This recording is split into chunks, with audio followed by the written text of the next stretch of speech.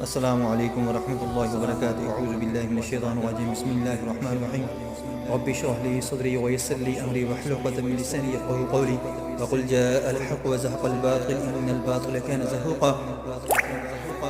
کچھ جوان بچے بچیاں کسی محفل میں بیٹھے ہوتے ہیں تو کچھ لوگ اس محفل کے اندر ایسے ہوتے ہیں کہ ان کے اندر حسد ہوتا ہے، جیلسی ہوتی ہے کہ وہ بچی یا بچہ بہت خوبصورت چہرہ رکھتا ہے، وہ اس کے اوپر جیلسی یا حسد کی نظر ڈالتے ہیں تو اس کا چہرہ خراب ہونا شروع ہو جاتا ہے، نظر بد لگ جاتی ہے۔ یہ نظر بد بھی ہو سکتی ہے، جادو کی وجہ بھی ہو سکتی ہے، یا جنات کی نظر بد بھی ہو سکتی ہے، جنات بھی اس کے اوپر مسلط ہو سکتے ہیں جس کی وجہ سے اس کا چہرہ خراب ہونا شروع ہو جاتا ہے۔ یہ ایک چھوٹا سا عمل ہے جو آپ نے کرنا ہے، انشاءاللہ اس سے آپ کا چہرہ 5 دن کے اندر بالکل صاف ہو جائے گا۔